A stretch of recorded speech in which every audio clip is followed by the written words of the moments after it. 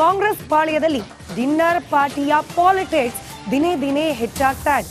ಮೊನ್ನೆ ಸತೀಶ್ ಜಾರಕಿಹೊಳಿ ಅವರ ನಿವಾಸದಲ್ಲಿ ಅಹಿಂದ ನಾಯಕರು, ಅದರಲ್ಲೂ ಮುಖ್ಯಮಂತ್ರಿ ಸಿದ್ದರಾಮಯ್ಯನವರ ಆಪ್ತ ವಲಯದಲ್ಲಿರುವ ಅಹಿಂದ ನಾಯಕರೆಲ್ಲ ಸೇರಿ ಡಿನ್ನರ್ ಮೀಟಿಂಗ್ ಅನ್ನ ಮಾಡಿದ್ರು. ಆ ಕುರಿತಾದ ಚರ್ಚೆ ತಾರಕದಲ್ಲಿರುವ ಬೆನ್ನಲ್ಲೇ ಇದೀಗ ಮತ್ತೊಂದು ಡಿನ್ನರ್ ಮೀಟ್ ಕಾಂಗ್ರೆಸ್ ಪಕ್ಷದಲ್ಲೇ ನಡೆಯೋದಿದೆ. ಡಾಕ್ಟರ್ ಜಿ ಪರಮೇಶ್ವರ್ ಅವರು ನಾಳೆ ಖಾಸಗಿ ಹೋಟೆಲ್ ಒಂದರಲ್ಲಿ ಡಿನ್ನರ್ ಮೀಟ್ನ ಆಯೋಜನೆ ಮಾಡಿದ್ದಾರೆ. ಈ ಔತಣಕೂಟಕ್ಕೆ ಯಾರೆಲ್ಲ ಭಾಗಿಯಾಗಲಿದ್ದಾರೆ ಅನ್ನೋದು ಸದ್ಯಕ್ಕಿರುವ ಕುತೂಹಲ. ಅದರಲ್ಲೂ ಪ್ರಮುಖವಾಗಿ ಅಹಿಂದ ಸಮಾವೇಶವನ್ನ ನಡೆಸುವ ಬಗ್ಗೆ ಮಾತುಕತೆಯನ್ನ ಮಾಡಲಿಕ್ಕೆ ಈ ಒಂದು ಡಿನ್ನರ್ ಮೀಟ್ ಅಂತ ಹೇಳಿ ಖುದ್ದು ಡಾಕ್ಟರ್ ಜಿ ಪರಮೇಶ್ವರ್ ಅವರೇ ಹೇಳಿರೋದ್ರಿಂದ ಈ ಒಂದು ಡಿನ್ನರ್ ಮೀಟ್ಗೆ ಉಳಿದ ಸಮುದಾಯದ ನಾಯಕರು, ಅದರಲ್ಲೂ ಡಿ ಕೆ ಶಿವಕುಮಾರ್ ಅವರ ಬೆಂಬಲಕ್ಕೆ ನಿಂತಿರುವ ನಾಯಕರು ಭಾಗಿಯಾಗ್ತಾರಾ, ಆಹ್ವಾನ ಹೋಗುತ್ತಾ, ಸದ್ಯಕ್ಕಿರುವ ಕುತೂಹಲ. ನಾಳೆ ಪಾರ್ಟಿ ಇಲ್ಲ, ಡಿನ್ನರ್ ಪಾರ್ಟಿ ಇಲ್ಲ. ನಾವು ಮುಂದಿನ ದಿನಗಳಲ್ಲಿ SC/ST ಸಮಾವೇಶ ಮಾಡಬೇಕು ಅಂತ ಉದ್ದೇಶ ಇಟ್ಕೊಂಡಿದ್ದೇವೆ. ಯಾಕೆ ಅಂದರೆ ನಾವು ಚುನಾವಣೆಗೆ ಮೊದಲು ಚಿತ್ರದುರ್ಗದಲ್ಲಿ SC/ST ಸಮಾವೇಶವನ್ನು ಆಯೋಜನೆ ಮಾಡಿದ್ದು. ಆಗಲೂ ನಾನೇ ನೇತೃತ್ವ, ನಾನು, ಡಾಕ್ಟರ್ ಮಹದೇವಪ್ಪನವರು, ಸತೀಶ್ ಜಾರಕಿಹೊಳಿ ಅವರು, ನಾವೆಲ್ಲ ಎಲ್ಲರೂ, ಮುನಿಯಪ್ಪನವರು ಎಲ್ಲ, ಶಿವರಾಜ್ ತಂಗಡಗಿ ಅವರೆಲ್ಲ ಮಾಡಿದ್ದು. ಅದು ಒಂದು ರೀತಿಯಲ್ಲಿ ಚುನಾವಣೆ ಆದಮೇಲೆ ನಾವು ಈ ಥ್ಯಾಂಕ್ಸ್ ಗಿವಿಂಗ್ ಅಂತ ಮಾಡಲೇ ಇಲ್ಲ. ಅಧಿಕಾರ ಬಂತು, ಅಧಿಕಾರ ಆದಮೇಲೆ ಎಲ್ಲ ನೀವು ಕೂತ್ಬಿಟ್ರಿ ಅಧಿಕಾರದಲ್ಲಿ ಅಂತ ಭಾಳ ದಿನದಿಂದ ಒಂದು ಆ ರೀತಿ ಮಾತುಗಳು ಬರ್ತಾ ಇತ್ತು. ಅದಕ್ಕೆ ನಾವು ಅಂದ್ಕೊಂಡು ಪಾಲಿಟಿಕ್ಸ್ ಅಂತ ಏನು ಹೆಸರು ಕೊಟ್ಟಿದ್ದೀರಿ, ಬಹುಶಃ ಇದೇನು ಹೊಸದೇನಲ್ಲ. ಸ್ನೇಹಿತರು ಮತ್ತು ವಿಶೇಷ ಸಂದರ್ಭಗಳಲ್ಲಿ ಊಟಕ್ಕೆ ಸೇರ್ತಕ್ಕಂಥದ್ದು ಹಲವಾರು ವಿಚಾರಗಳನ್ನು ಊಟಕ್ಕೆ ಸೇರಿದಾಗ ಕೆಲವಾರು ವಿಚಾರಗಳು ಚರ್ಚೆಗೆ ಬರ್ತದೆ. ಸೊ ಹಾಗಾಗಿ ಹೊಸ ವರ್ಷದ ದೃಷ್ಟಿಯಿಂದ ಕೆಲವರೆಲ್ಲ ಸೇರಿದ್ರು ಅಂತ ಕಾಣಿಸ್ತಿದೆ. ಸೊ ಮುಖ್ಯಮಂತ್ರಿಗಳು ಕೂಡ ಅದರಲ್ಲಿ ಭಾಗವಹಿಸಿದ್ದಾರೆ.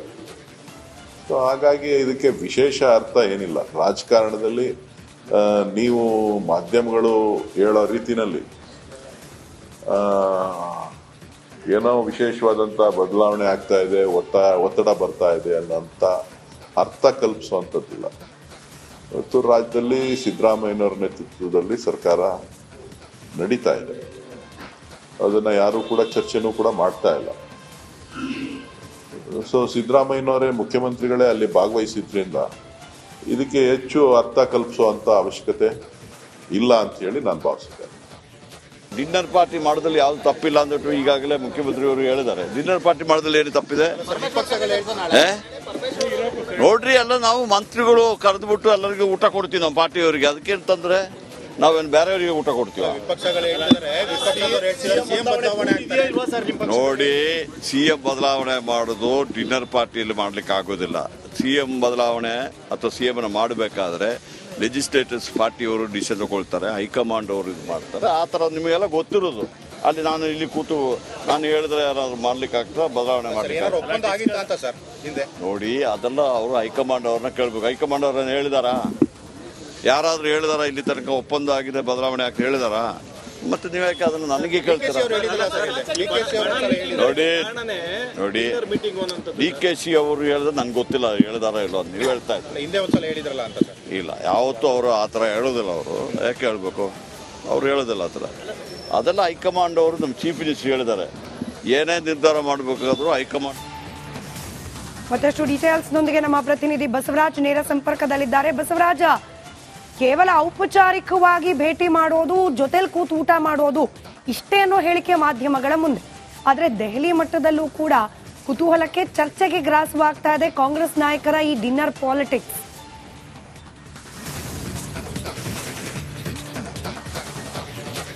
ಖಂಡಿತ ಸ್ಮಿತಾ, ಒಂದ್ ಕಡೆ ಸತೀಶ್ ಜಾರಕಿಹೊಳಿ ಅವರು ಮೇಲಿಂದ ಮೇಲೆ ಈ ಡಿನ್ನರ್ ಮೀಟಿಂಗ್ಗಳನ್ನ ಆಯೋಜನೆ ಮಾಡ್ತಾನೆ ಇದ್ರು. ನೀವು ಗಮನಿಸಿರಬಹುದು, ಪರಮೇಶ್ವರ್ ಅವ್ರ ಮನೆಯಲ್ಲಿ ಮಾಡಿದ್ರು, MB ಪಾಟೀಲ್ ಅವ್ರ ಮನೆಯಲ್ಲಿ ಮಾಡಿದ್ರು, ಅವ್ರ ಮನೆಯಲ್ಲೇ ಒಂದು 3-4 ಮೀಟಿಂಗ್ಗಳು ಈ ಹಿಂದಿನಿಂದನೂ ಕೂಡ ಆಗಿದ್ದಾವೆ. ಆದ್ರೆ ಹೈಕಮಾಂಡ್ ಒಂದಷ್ಟು ಬ್ರೇಕ್ ಹಾಕುವಂತ ಕೆಲಸವನ್ನ DK ಶಿವಕುಮಾರ್ ಅವರು ಒಂದಷ್ಟು ಕಂಪ್ಲೇಂಟ್ ಕೊಟ್ಟನ್ನ ಮಾಡಿದ್ರು.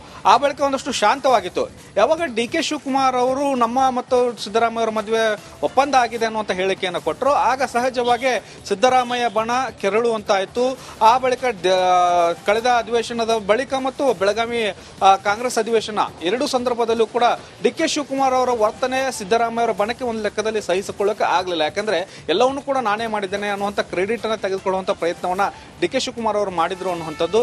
ಆ ಒಂದು ಏನಿದೆ ಅದಕ್ಕೆ ತಿರುಗೇಟನ್ನು ಕೊಡುವಂತ ಕೆಲಸ ಈಗ ಸಿಎಂ ಬಣದಿಂದ ಆಗ್ತಿರ್ತಕ್ಕಂಥದ್ದು. ಒಂದು ವೇಳೆ ಮತ್ತಷ್ಟು ಅಪ್ಡೇಟ್ ಇದೆ, ಸಂಪರ್ಕದಲ್ಲಿರಿ. ಇನ್ನು ಕಾಂಗ್ರೆಸ್ನಲ್ಲಿ ಮತ್ತೆ ಕಾಂಗ್ರೆಸ್ ಪಾಳ್ಯದಲ್ಲಿ ಡಿನ್ನರ್ ಪಾರ್ಟಿಯ ಪಾಲಿಟಿಕ್ಸ್ ದಿನೇ ದಿನೇ ಹೆಚ್ಚಾಗ್ತಾ ಇದೆ.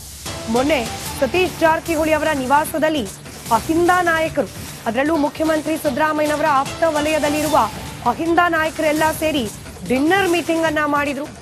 ಆ ಕುರಿತಾದ ಚರ್ಚೆ ತಾರಕದಲ್ಲಿರುವ ಬೆನ್ನಲ್ಲೇ ಇದೀಗ ಮತ್ತೊಂದು ಡಿನ್ನರ್ ಮೀಟ್ ಕಾಂಗ್ರೆಸ್ ಪಕ್ಷದಲ್ಲೇ ನಡೆಯೋದಿದೆ. ಡಾಕ್ಟರ್ ಜಿ ಪರಮೇಶ್ವರ್ ಅವರು ನಾಳೆ ಖಾಸಗಿ ಹೋಟೆಲ್ ಒಂದರಲ್ಲಿ ಡಿನ್ನರ್ ಮೀಟ್ ನ ಆಯೋಜನೆ ಮಾಡಿದ್ದಾರೆ. ಈ ಔತಣಕೂಟಕ್ಕೆ ಯಾರೆಲ್ಲ ಭಾಗಿಯಾಗಲಿದ್ದಾರೆ ಅನ್ನೋದು ಸದ್ಯಕ್ಕಿರುವ ಕುತೂಹಲ. ಅದರಲ್ಲೂ ಪ್ರಮುಖವಾಗಿ ಅಹಿಂದ ಸಮಾವೇಶವನ್ನ ನಡೆಸುವ ಬಗ್ಗೆ ಮಾತುಕತೆಯನ್ನ ಮಾಡಲಿಕ್ಕೆ ಈ ಒಂದು ಡಿನ್ನರ್ ಮೀಟ್ ಅಂತ ಹೇಳಿ ಖುದ್ದು ಡಾಕ್ಟರ್ ಜಿ ಪರಮೇಶ್ವರ್ ಅವರೇ ಹೇಳಿರೋದ್ರಿಂದ ಈ ಒಂದು ಡಿನ್ನರ್ ಮೀಟ್ಗೆ ಉಳಿದ ಸಮುದಾಯದ ನಾಯಕರು, ಅದರಲ್ಲೂ DK ಶಿವಕುಮಾರ್ ಅವರ ಬೆಂಬಲಕ್ಕೆ ನಿಂತಿರುವ ನಾಯಕರು ಭಾಗಿಯಾಗ್ತಾರಾ, ಆಹ್ವಾನ ಹೋಗುತ್ತಾ, ಸದ್ಯಕ್ಕಿರುವ ಕುತೂಹಲ. ನಾಳೆ ಪಾರ್ಟಿ ಇಲ್ಲ, ಡಿನ್ನರ್ ಪಾರ್ಟಿ ಇಲ್ಲ. ನಾವು ಮುಂದಿನ ದಿನಗಳಲ್ಲಿ SC/ST ಸಮಾವೇಶ ಮಾಡಬೇಕು ಅಂತ ಉದ್ದೇಶ ಇಟ್ಕೊಂಡಿದ್ದೇವೆ. ಯಾಕೆ ಅಂದರೆ ನಾವು ಚುನಾವಣೆಗೆ ಮೊದಲು ಚಿತ್ರದುರ್ಗದಲ್ಲಿ SC/ST ಸಮಾವೇಶವನ್ನು ಆಯೋಜನೆ ಮಾಡಿದ್ದು. ಆಗಲೂ ನಾನೇ ನೇತೃತ್ವ, ನಾನು, ಡಾಕ್ಟರ್ ಮಹದೇವಪ್ಪನವರು, ಸತೀಶ್ ಜಾರಕಿಹೊಳಿ ಅವರು, ನಾವೆಲ್ಲ ಎಲ್ಲರೂ, ಮುನಿಯಪ್ಪನವರು ಎಲ್ಲ, ಶಿವರಾಜ್ ತಂಗಡಗಿ ಅವರೆಲ್ಲ ಮಾಡಿದ್ದು. ಅದು ಒಂದು ರೀತಿಯಲ್ಲಿ ಚುನಾವಣೆ ಆದಮೇಲೆ ನಾವು ಈ ಥ್ಯಾಂಕ್ಸ್ ಗಿವಿಂಗ್ ಅಂತ ಮಾಡಲೇ ಇಲ್ಲ. ಅಧಿಕಾರ ಬಂತು, ಅಧಿಕಾರ ಆದಮೇಲೆ ಎಲ್ಲ ನೀವು ಕೂತ್ಬಿಟ್ರಿ ಅಧಿಕಾರದಲ್ಲಿ ಅಂತ ಭಾಳ ದಿನದಿಂದ ಆ ರೀತಿ ಮಾತುಗಳು ಬರ್ತಾ ಇತ್ತು. ಅದಕ್ಕೆ ನಾವು ಹೊಂದ್ಕೊಂಡು ಪಾಲಿಟಿಕ್ಸ್ ಅಂತ ಏನು ಹೆಸರು ಕೊಟ್ಟಿದ್ದೀರಿ, ಬಹುಶಃ ಇದೇನು ಹೊಸದೇನಲ್ಲ. ಸ್ನೇಹಿತರು ಮತ್ತು ವಿಶೇಷ ಸಂದರ್ಭಗಳಲ್ಲಿ ಊಟಕ್ಕೆ ಸೇರ್ತಕ್ಕಂಥದ್ದು ಹಲವಾರು ವಿಚಾರಗಳನ್ನು ಊಟಕ್ಕೆ ಸೇರಿದಾಗ ಕೆಲವಾರು ವಿಚಾರಗಳು ಚರ್ಚೆಗೆ ಬರ್ತದೆ. ಸೊ ಹಾಗಾಗಿ ಹೊಸ ವರ್ಷದ ದೃಷ್ಟಿಯಿಂದ ಕೆಲವರೆಲ್ಲ ಸೇರಿದ್ರು ಅಂತ ಕಾಣಿಸ್ತಿದೆ. ಸೊ ಮುಖ್ಯಮಂತ್ರಿಗಳು ಕೂಡ ಅದರಲ್ಲಿ ಭಾಗವಹಿಸಿದ್ದಾರೆ. ಸೊ ಹಾಗಾಗಿ ಇದಕ್ಕೆ ವಿಶೇಷ ಅರ್ಥ ಏನಿಲ್ಲ. ರಾಜಕಾರಣದಲ್ಲಿ ನೀವು ಮಾಧ್ಯಮಗಳು ಹೇಳೋ ರೀತಿನಲ್ಲಿ ಏನೋ ವಿಶೇಷವಾದಂಥ ಬದಲಾವಣೆ ಆಗ್ತಾ ಇದೆ, ಒತ್ತಡ ಬರ್ತಾ ಇದೆ ಅನ್ನೋಂಥ ಅರ್ಥ ಕಲ್ಪಿಸುವಂಥದ್ದಿಲ್ಲ. ಇವತ್ತು ರಾಜ್ಯದಲ್ಲಿ ಸಿದ್ದರಾಮಯ್ಯನವರ ನೇತೃತ್ವದಲ್ಲಿ ಸರ್ಕಾರ ನಡೀತಾ ಇದೆ. ಅದನ್ನ ಯಾರು ಕೂಡ ಚರ್ಚೆನೂ ಕೂಡ ಮಾಡ್ತಾ ಇಲ್ಲ. ಸೊ ಸಿದ್ದರಾಮಯ್ಯನವರೇ ಮುಖ್ಯಮಂತ್ರಿಗಳೇ ಅಲ್ಲಿ ಭಾಗವಹಿಸಿದ್ರಿಂದ ಇದಕ್ಕೆ ಹೆಚ್ಚು ಅರ್ಥ ಕಲ್ಪಿಸುವಂತ ಅವಶ್ಯಕತೆ ಇಲ್ಲ ಅಂತ ಹೇಳಿ ನಾನು ಭಾವಿಸಿದ್ದೇನೆ. ಡಿನ್ನರ್ ಪಾರ್ಟಿ ಮಾಡೋದ್ರಲ್ಲಿ ಯಾವ್ದು ತಪ್ಪಿಲ್ಲ ಅಂದ್ಬಿಟ್ಟು ಈಗಾಗಲೇ ಮುಖ್ಯಮಂತ್ರಿಯವರು ಹೇಳಿದ್ದಾರೆ. ಡಿನ್ನರ್ ಪಾರ್ಟಿ ಮಾಡೋದ್ರಲ್ಲಿ ಏನು ತಪ್ಪಿದೆ? ನೋಡ್ರಿ, ಎಲ್ಲ ನಾವು ಮಂತ್ರಿಗಳು ಕರೆದ್ಬಿಟ್ಟು ಎಲ್ಲರಿಗೂ ಊಟ ಕೊಡ್ತೀವಿ ನಮ್ಮ ಪಾರ್ಟಿಯವರಿಗೆ. ಅದಕ್ಕೇನು ತಂದ್ರೆ ನಾವೇನು ಬೇರೆಯವರಿಗೆ ಊಟ ಕೊಡ್ತೀವಿ? ನೋಡಿ, CM ಬದಲಾವಣೆ ಮಾಡೋದು ಡಿನ್ನರ್ ಪಾರ್ಟಿಯಲ್ಲಿ ಮಾಡ್ಲಿಕ್ಕೆ ಆಗೋದಿಲ್ಲ. CM ಬದಲಾವಣೆ ಅಥವಾ CM ಮಾಡಬೇಕಾದ್ರೆ ಲೆಜಿಸ್ಲೇಟರ್ಸ್ ಪಾರ್ಟಿಯವರು ಡಿಸಿಷನ್ ತಗೊಳ್ತಾರೆ, ಹೈಕಮಾಂಡ್ ಅವರು ಇದು ಮಾಡ್ತಾರೆ. ಆ ಥರ ನಿಮಗೆಲ್ಲ ಗೊತ್ತಿರೋದು. ಅಲ್ಲಿ ನಾನು ಇಲ್ಲಿ ಕೂತು ನಾನು ಹೇಳಿದ್ರೆ ಯಾರಾದ್ರೂ ಮಾಡ್ಲಿಕ್ಕೆ ಆಗ್ತದೆ, ಬದಲಾವಣೆ ಮಾಡ್ಲಿಕ್ಕೆ ನೋಡಿ, ಅದೆಲ್ಲ ಅವರು ಹೈಕಮಾಂಡ್ ಅವ್ರನ್ನ ಕೇಳ್ಬೇಕು. ಹೈಕಮಾಂಡ್ ಅವ್ರನ್ನ ಹೇಳಿದಾರಾ? ಯಾರಾದ್ರೂ ಹೇಳಿದಾರ ಇಲ್ಲಿ ತನಕ ಒಪ್ಪಂದ ಆಗಿದೆ ಬದಲಾವಣೆ ಆಗ್ತದೆ ಹೇಳಿದಾರಾ? ಮತ್ತೆ ನೀವ್ಯಾಕೆ ಅದನ್ನ ನನಗೆ ಕೇಳ್ತೀರಾ? ನೋಡಿ DKC ಅವರು ಹೇಳಿದ್ರೆ ನಂಗೆ ಗೊತ್ತಿಲ್ಲ ಹೇಳಿದಾರ ಇಲ್ಲೋ, ನೀವು ಹೇಳ್ತಾ ಇದ್ದೀರಿ. ಇಲ್ಲ, ಯಾವತ್ತೂ ಅವರು ಆ ಥರ ಹೇಳೋದಿಲ್ಲ. ಅವರು ಯಾಕೆ ಹೇಳ್ಬೇಕು? ಅವ್ರು ಹೇಳೋದಿಲ್ಲ ಆ ಥರ. ಅದೆಲ್ಲ ಹೈಕಮಾಂಡ್ ಅವರು ನಮ್ಮ ಚೀಫ್ ಮಿನಿಸ್ಟರ್ ಹೇಳಿದ್ದಾರೆ, ಏನೇ ನಿರ್ಧಾರ ಮಾಡಬೇಕಾದ್ರೂ ಹೈಕಮಾಂಡ್. ಸಿಎಂ ಕುರ್ಚಿಯ ಫೈಟ್ ಶುರುವಾಯ್ತಾ ಅನ್ನೋ ಅನುಮಾನಕ್ಕೂ ಕೂಡ ಈ ಡಿನ್ನರ್ ಪಾಲಿಟಿಕ್ಸ್ ಕಾರಣವಾಗ್ತಾ ಇದೆ. 2028ಕ್ಕೆ ನಾನೇ ಸಿಎಂ ಅಂತ ಹೇಳಿ ಸತೀಶ್ ಜಾರಕಿಹೊಳಿ ಅವರು ಕೊಟ್ಟಿರುವ ಹೇಳಿಕೆ ಕುತೂಹಲಕ್ಕೂ ಕೂಡ ಕಾರಣವಾಗಿದೆ. ಆ ಮೂಲಕ ಈ ಸಿಎಂ ರೇಸ್ ಕಾಂಗ್ರೆಸ್ ಪಾಳ್ಯದಲ್ಲಿ ಮತ್ತೆ ಶುರುವಾದಂತೆ ಕಾಣ್ತಿದೆ. ಈಗ ಮಾಜಿ ಸಂಸದ ಡಿಕೆ ಸುರೇಶ್ ಕೂಡ ಈ ರೇಸ್ಗೆ ಎಂಟ್ರಿ ಕೊಟ್ಟಿದ್ದಾರೆ. ಅವರು ಒಬ್ಬರೇ ಅಂತ ಹೇಳಿಲ್ಲ, ಆಕಾಂಕ್ಷಿ ಅಂತ ಹೇಳಿದ್ದಾರೆ. ಯಾರು ಬೇಕಾದ್ರೂ ಸಿಎಂ ಆಗಬಹುದು ಅಂತ ಡಿಕೆ ಸುರೇಶ್ ಮಾತನಾಡಿದ್ದಾರೆ. ಅವ್ರನ್ನ ನೀವು ಕೇಳಬೇಕು. ಅವ್ರ ಆಕಾಂಕ್ಷಿ ಆಗಿದ್ರೆ ಅವ್ರ ಸ್ವಂತ ವೈಯಕ್ತಿಕ ಅಭಿಪ್ರಾಯ. ಅವರು ನಾಯಕರಿದ್ದಾರೆ, ಒಂದು ಸಮುದಾಯದ ಮುಖಂಡರು.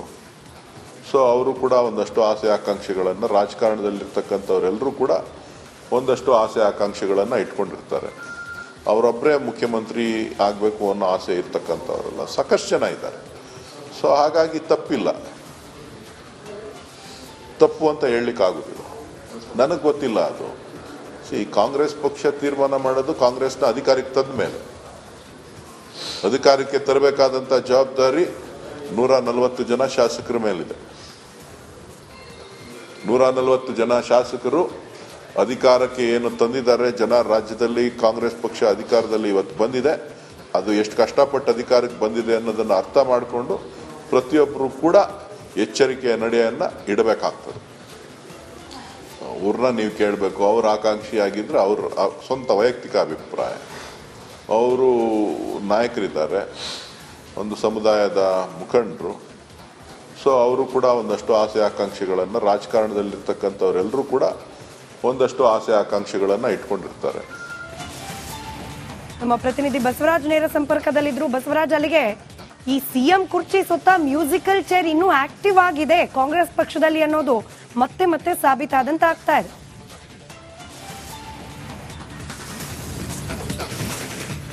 ಖಂಡಿತ ಸ್ಮಿತಾ, ಈ ಎಲ್ಲ ಡಿನ್ನರ್ ಪಾಲಿಟಿಕ್ಸ್ ನಡೀತಾ ಇರೋದು ಕೂಡ ಅದರ ಉದ್ದೇಶಕ್ಕಾಗಿ. ಪ್ರಮುಖವಾಗಿ ಇದೇ ಅವಧಿಯಲ್ಲಿ ನನಗೂ ಆಕಾಂಕ್ಷೆ ಅನ್ನುವ ಲೆಕ್ಕಾಚಾರದಲ್ಲಿ ಪರಮೇಶ್ವರ್ ಅವರು ಒಂದು ಲೆಕ್ಕಾಚಾರದಲ್ಲಿ ಬ್ಯಾಟಿಂಗ್ ಅನ್ನು ಮಾಡ್ತಾ ಇರ್ತಕ್ಕಂಥದ್ದು ಅವರು ಓಪನ್ ಆಗಿ ಹೇಳಿದ್ದಾರೆ ಕೂಡ. ಬದಲಾವಣೆ ಅಂತ ಬಂದಾಗ ಕೂಡ ನಾನು ಕೂಡ ಪ್ರಬಲವಾದಂತ ಆಕಾಂಕ್ಷೆ ಆಗಿದೆ ಅನ್ನುವಂಥದ್ದನ್ನ ಬಹಿರಂಗವಾಗಿ ಹೇಳಿದ್ದಾರೆ. ಅದರ ಮುಂದುವರೆದ ಭಾಗವಾಗಿ ಈಗ ಡಿನ್ನರ್ ಮೀಟಿಂಗ್ ಅನ್ನ ಅದೇ ಸಮುದಾಯದ ಮುಖಂಡರನ್ನ, ಹಿಂದೂ ಸಮುದಾಯಕ್ಕೆ ಸೇರಿದವರು, SC/ST ಸಮುದಾಯದಿಂದನೇ ಸಾಕಷ್ಟು ಮುಖಂಡರಿಗೆ ಮತ್ತು ಸಚಿವರಿಗೆ, ಶಾಸಕರಿಗೆ ಆಹ್ವಾನವನ್ನು ಕೊಟ್ಟಿರ್ತಕ್ಕಂಥದ್ದು. ಅಂದ್ರೆ ಇಲ್ಲಿ ಎಲ್ಲ ಒಂದ್ ಕಡೆ ಇವರು ತಮ್ಮ ಸಮುದಾಯವನ್ನ ಪ್ರಬಲ ಮಾಡ್ಕೊಳ್ತಾ ಇದ್ದಾರೆ. ನಾನು ಆಕಾಂಕ್ಷಿ ಆಗಿದ್ದಾಗ ನೀವು ನನ್ನ ಬೆನ್ನಿಗೆ ನಿಂತ್ಕೊಳ್ಳಿ, ನಾವು ಕೂಡ ಒಂದು ಸ್ಥಾನವನ್ನ ಹೈಕಮಾಂಡ್ ಮಟ್ಟದಲ್ಲಿ ಕೇಳೋಣ. ಈಗಾಗಲೇ ನನಗೆ 1 ಬಾರಿ 2 ಬಾರಿ ಮಿಸ್ ಆಗಿದೆ. ಈ ಬಾರಿ ಆದ್ರೂ ನಾವು ಕೇಳಿದಾಗ, ಕಟ್ಟುನಿಟ್ಟಿನಿಂದ ಕೇಳಿದಾಗ, ಒಗ್ಗಟ್ಟಿನಿಂದ ಕೇಳಿದಾಗ ಹೈಕಮಾಂಡ್ ಕೂಡ ಡಿನೈನ್ ಮಾಡಕ್ ಆಗಲ್ಲ ಅನ್ನುವಂಥ ಒಂದು ಲೆಕ್ಕಾಚಾರದಲ್ಲಿ ನಾಳೆಯ ಡಿನ್ನರ್ ಮೀಟಿಂಗ್ ನಡೀತಾ ಇದೆ ಅನ್ನುವಂಥದ್ದು ಒಂದು ವರ್ಗದ ಚರ್ಚೆ. ಇನ್ನೊಂದು ಕಡೆ ಸತೀಶ್ ಜಾರಕಿಹೊಳಿ ಅವರು ನಾನು 2028ಕ್ಕೆ ಆಕಾಂಕ್ಷೆ ಅನ್ನುವಂತ ಹೇಳಿಕೆಯನ್ನು ಈಗಾಗಲೇ ಏನು ಕೊಡ್ತಾ ಇದ್ದಾರೆ. ಈ ಮೂಲಕ ಮುಂದೆ ಏನು ಚುನಾವಣೆ ಅಧಿಕಾರ ಒಂದು ವೇಳೆ ಏನಾದ್ರು ಹಸ್ತಾಂತರ ಆಗಿ ಯಾರೇ ಸಿಎಂ ಆಗಿದ್ರು ಕೂಡ ಆಗ 2028ಕ್ಕೆ ನಾನು ಕೂಡ ಅಖಾಡದಲ್ಲಿ ಇರ್ತೇನೆ, ನಾನು ಕೂಡ ಸಿಎಂ ಸ್ಥಾನದ ಆಕಾಂಕ್ಷಿ ಅನ್ನುವಂಥದ್ದನ್ನ ಪ್ರಬಲವಾಗಿ ಹೇಳ್ತಾ ಇದ್ದಾರೆ. ಈ ಮೂಲಕ ಒಂದು ಕಡೆಯಿಂದ ಸಿಎಂ ಸಿದ್ದರಾಮಯ್ಯ ಅವರ 5 ವರ್ಷ ಸಿಎಂ ಆಗಿ ಮುಂದುವರಿಬೇಕು, ಇನ್ನುಳಿದಂತೆ ಮುಂದಿನ ಅವಧಿಯಲ್ಲಿ DK ಶಿವಕುಮಾರ್ ಅವರು ಕೂಡ ಸಿಎಂ ಆಗಬಾರ್ದು, ಈಗಲೂ ಆಗಬಾರ್ದು, ಮುಂದೂ ಆಗಬಾರ್ದು ಅನ್ನುವಂಥದ್ದು ಒಂದು ರೀತಿಯಾದಂತಹ ಪ್ರಯತ್ನವನ್ನ ಈ ಸಿದ್ದರಾಮಯ್ಯ ಅವರ ಬಣದವರೇ ಮಾಡ್ತಾ ಇರೋದ್ರಿಂದ ಸಹಜವಾಗಿ ರಾಜ್ಯದಲ್ಲಿ ಒಂದಷ್ಟು ರಾಜಕೀಯ ಬೆಳವಣಿಗೆಗಳಾಗ್ತಾ ಇರತಕ್ಕಂಥದ್ದು. ಈಗಾಗಲೇ ಹೈಕಮಾಂಡ್ ನಾಯಕರನ್ನು ಕೂಡ ಭೇಟಿ ಮಾಡೋಕೆ ದೆಹಲಿಯಲ್ಲೇ DK ಶಿವಕುಮಾರ್ ಅವರು ಬೀಡು ಬಿಟ್ಟಿದ್ದಾರೆ. ಈ ಎಲ್ಲ ಬೆಳವಣಿಗೆಗಳನ್ನ ಹೈಕಮಾಂಡ್ ಮುಂದೆ ಕೂಡ ಒಂದಷ್ಟು ದೂರನ್ನ ಕೂಡ ನೀಡುವಂತ ಸಾಧ್ಯತೆಗಳಿದಾವೆ. ಯಾಕಂದ್ರೆ ದೂರು ನೀಡಿದಾಗ ಈ ತರದ ಡಿನ್ನರ್ ಪಾಲಿಟಿಕ್ಸ್ ಆಗಿರಬಹುದು, ನೀವು ಮಾತು ಕೊಟ್ಟಂತೆ ನನಗೆ ನಡೆದುಕೊಳ್ಬೇಕು ಅನ್ನುವಂತ ಅಹವಾಲನ್ನು ಕೂಡ ಹೈಕಮಾಂಡ್ ನಾಯಕರ ಮುಂದೆ DK ಶಿವಕುಮಾರ್ ಅವರು ಇಡೋರಿದ್ದಾರೆ. ಇನ್ನು ಅಧಿಕಾರ ಹಂಚಿಕೆ ಒಪ್ಪಂದದ ಪ್ರಕಾರ ಆಗೋದಾದ್ರೆ ನವೆಂಬರ್ ವೇಳೆಗಿದೆ. ಆದ್ರೆ ನವೆಂಬರ್ಗೂ ಮುಂಚಿತವಾಗಿ ಇವೆಲ್ಲ ಬೆಳವಣಿಗೆಗಳು ಆರಂಭವಾಗ್ತಾ ಇದೆ ಅನ್ನೋದಾದ್ರೆ ಈ ಒಂದಷ್ಟು ಸಹಜವಾಗಿ ಕುತೂಹಲ ಅಂತೂ ಕೆರಳಿಸ್ತಾ ಇದೆ. ಹೈಕಮಾಂಡ್ ಯಾವ ರೀತಿಯಾಗಿ ಇದಕ್ಕೆ ಎಂಟ್ರಿ ಆಗುತ್ತೆ ಅನ್ನುವಂಥದ್ದು, ಮತ್ತು ಹೈಕಮಾಂಡ್ ಕೂಡ ಯಾವೆಲ್ಲ ಭರವಸೆ ಕೊಟ್ಟಿದ್ದಾರೆ ಆ ಭರವಸೆಯನ್ನ ಈಡೇರಿಸ್ತಾರ ಅಥವಾ ಈ ಪರಿಸ್ಥಿತಿಯನ್ನ ಅನುಗುಣವಾಗಿ ಅವರು ಕೂಡ ರಿಯಾಕ್ಟ್ ಮಾಡ್ತಾರ ಅನ್ನುವಂಥದ್ದು ಬಹಳ ಪ್ರಾಮುಖ್ಯತೆ ಆಗುತ್ತೆ. ಆದ್ರೆ ರೈಟ್ ಧನ್ಯವಾದ ಬಸವರಾಜ್ ಮಾಹಿತಿಗಾಗಿ. ಜನವರಿ